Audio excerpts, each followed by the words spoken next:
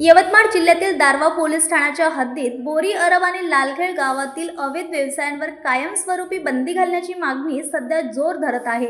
महाराष्ट्र नवनिर्माण सेनेच्या वतीने या संदर्भात पोलीस उपविभागीय अधिकाऱ्यांना निवेदन सादर करण्यात आलं असून दारव्हा तालुक्यातील बोरी अरब आणि लालखेड या गावामध्ये गेल्या काही काळात अवैध दारू विक्री, मटका, ऑनलाईन जुगार असे अनेक बेकायदेशीर व्यवसाय बळावले आहेत।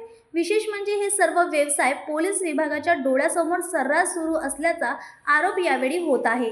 या ठिकाणी अधूनमधून काही कारवाई होतेही, परंतु केवळ तात्पुरतीच। दुसऱ्याच दिवशी पुन्हा तीच अवैध दुकाने व ठिकाणे सुरू होतात। त्यामुळे यामागे कोणाचा वरदहस्त आहे का, असा प्रश्न यावेळी उपस्थित होत आहे। याच पार्श्वभूमीवर महाराष्ट्र नवनिर्माण सेनेचे दारव्हा तालुका अध्यक्ष श्री सुनील तायडे आणि त्यांच्यासोबत अनेक कार्यकर्ते ओमकार सोनवणे, अमोल भोवरे, पवन राठोड, अरुण बर्डे, उमेश गंडाडे, अक्षय जामकर इत्यादी यांनी सर्वांनी पोलीस उपविभागीय अधिकाऱ्यांना निवेदन सादर केलं आणि त्यांची मागणी एकच, या अवैध धंद्यांवर तात्काळ आणि कायमस्वरूपी बंदी आणा। या मागणीस गावातील महिला आणि नागरिकांचा मोठा पाठिंबा लाभला असून आता प्रशासन यावर कोणती ठोस कारवाई करते याकडे सर्वांचे लक्ष वेधले आहे। न्यूज एक्सप्रेससाठी यवतमाळहून अक्रम दिवानची रिपोर्ट।